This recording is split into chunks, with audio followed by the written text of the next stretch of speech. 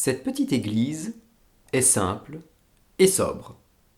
Après quelques marches, une tour en briques et en calcaire devance et cache la nef principale. Deux plus petites nefs sont par contre bien visibles, l'une à gauche de la tour, l'autre à droite.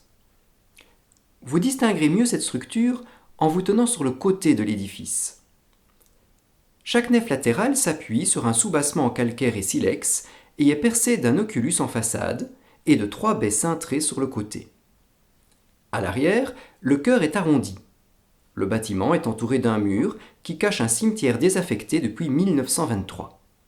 En le longeant, vous noterez qu'une ancienne porte d'accès a été murée.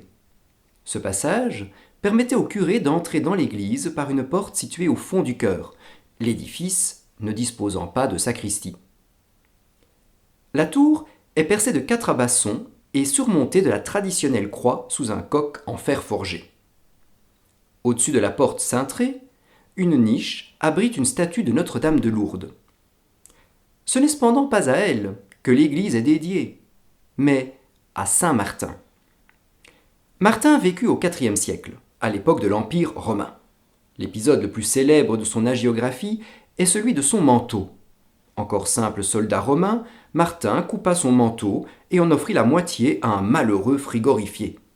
La nuit suivante, c'est le Christ lui-même qui lui serait apparu, vêtu de cette part de manteau généreusement offerte.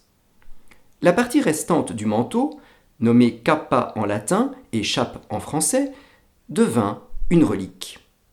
Un morceau de cette relique était appelé cappella, c'est-à-dire petit manteau. Au 8e siècle, le lieu où l'on conservait une partie de cette relique fut qualifié, par extension, de cappella. Comme un café qui est historiquement le lieu où l'on trouvait du café, la cappella devint le lieu où l'on conservait la cappella, une partie du manteau de Saint-Martin. Ce mot cappella évoluera en chapelle et désigne aujourd'hui bien plus que seulement le lieu qui abrite une partie du manteau de Saint-Martin. Plus tard, Martin devint l'évêque de Tours. Mais revenons-en à notre église Saint-Martin, avec la niche abritant Notre-Dame de Lourdes. Même si Notre-Dame de Lourdes est le nom donné à la Vierge Marie apparue à Bernadette Soubirous à Lourdes en 1858, l'église date d'avant le XIXe siècle. Un examen rapide du bâtiment laisse percevoir divers remaniements dans la nef de droite. Vous y notez distinctement, sur le flanc, l'encadrement d'une ancienne porte d'entrée en plein cintre. Une date y est plus ou moins lisible, 1550. C'est ce qu'il reste de l'église précédente.